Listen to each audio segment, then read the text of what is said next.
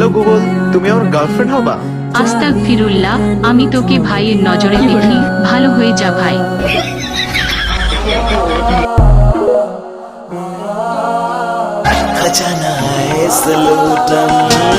বেশি বাড়াবাড়ি করলে আবার জেলে পাঠিয়ে দেবো। আমার ভুল হচ্ছে, হ্যাঁ ক্ষমা করে দেন। বন্ধু বান্ধবের দেখা দেখি একটা দুইটা দাম, এইটা হেসে বইরা গেছে আমার মনোপ্রাণ।